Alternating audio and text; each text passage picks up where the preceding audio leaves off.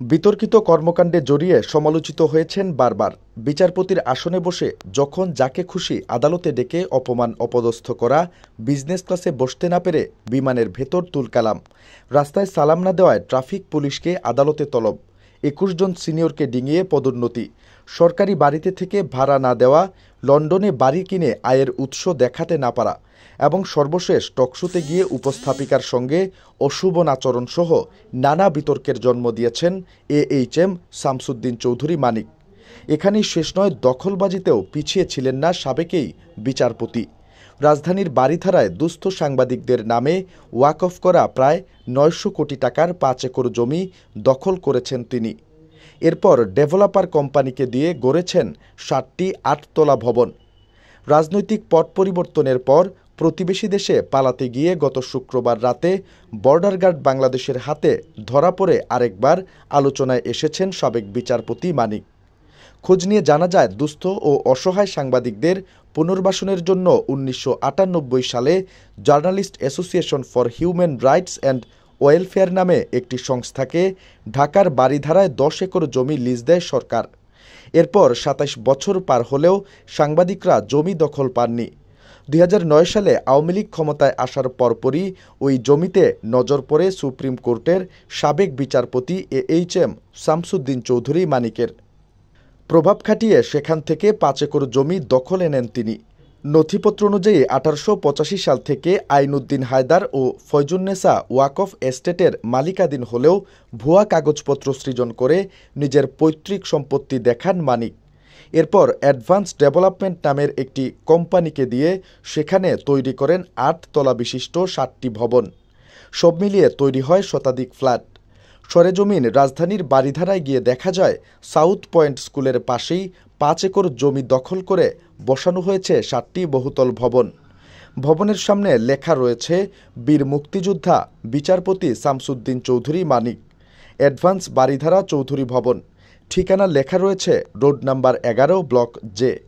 নথিপত্র বলছে, বারিধারার ওই জমিটি ১৯৯৮ সালে প্রথম লিজ পায় journalist association for human rights and welfare.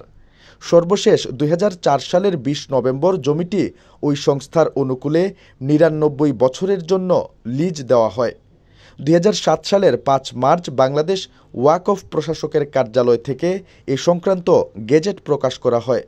গেজেটে বলা হয়, নিম্ন তফসিল বর্ণিত সম্পত্তি আইনউদ্দিন হায়দার ও ফয়জুন্নেসা ওয়াকফ এস্টেট এর মালিকানাধীন সম্পত্তি। উক্ত সম্পত্তি ধর্ম বিষয়ক মন্ত্রণালয়ের অনুমোদন সাপেক্ষে ওয়াকফ অধ্যাদেশ ১৯৬২ এর ৩৩ ধারা মোতাবেক ২০/১১/২০০৪ তারিখ মূলে journalist association for human rights and ওয়েলফেয়ারের অনুকূলে দীর্ঘ ৯৯ বছর মেয়াদী লিজ প্রদান করা হয়েছে। শামসুদ্দিন মানিক ১৯৭৮ সালে বাংলাদেশ হাইকোর্টের আইনজীবী হিসেবে কর্মজীবন শুরু করেন। ১৯৯৬ সালে আওয়ামী লীগ সরকার ক্ষমতায় এলে তাকে ডেপুটি অ্যাটর্নি জেনারেল নিযুক্ত করা হয়। পরে তাকে হাইকোর্টের অস্থায়ী বিচারপতি হিসেবে নিয়োগ দেওয়া হয়। তবে ২০০১ সালে বিএনপি ক্ষমতায় আসার পর সে নিয়োগ স্থায়ী করা হয়নি।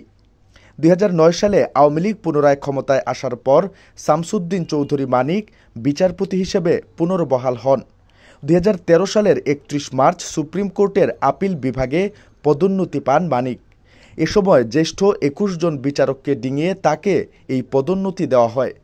বিচারপতি শামসুদ্দিন মানিকের বাংলাদেশের পাশাপাশি যুক্তরাজ্যের নাগরিকত্ব রয়েছে। সেখানে মানিকের একাধিক বাড়িও রয়েছে। ২০১২ সালে বিচারপতি থাকা অবস্থায় লন্ডনে তিনি হামলার শিকার হয়েছিলেন। এছাড়া ২০১৫ সালে অবসর গ্রহণের পর লন্ডনে ফের হামলার শিকার হন তিনি। এছাড়া শামসুদ্দিন মানিকের বিরুদ্ধে সরকারি বাড়ি ভাড়া পরিশোধ না করার বিষয়ে অনুসন্ধান করতে দুর্নীতি দমন কমিশনকে নোটিশ দিয়েছেন সুপ্রিম কোর্টের এক আইনজীবী। নোটিশে বলা হয়, অবসরে যাওয়ার পর ১ বছর বেশি সময় রাজধানীর গুলশানে একটি সরকারি বাড়ি দখলে রেখেছিলেন সুপ্রিম কোর্টের অবসরপ্রাপ্ত বিচারপতি AHM শামসুদ্দিন চৌধুরী মানিক। পরে ২০১৭ সালে তিনি বাড়িটি ছাড়লেও বাড়ি ভাড়া, গ্যাস ও পানি বিল বাবদ সরকারের পাওনা ১৪,১৯,২০০ টাকা এখনও পরিশোধ করেননি তিনি।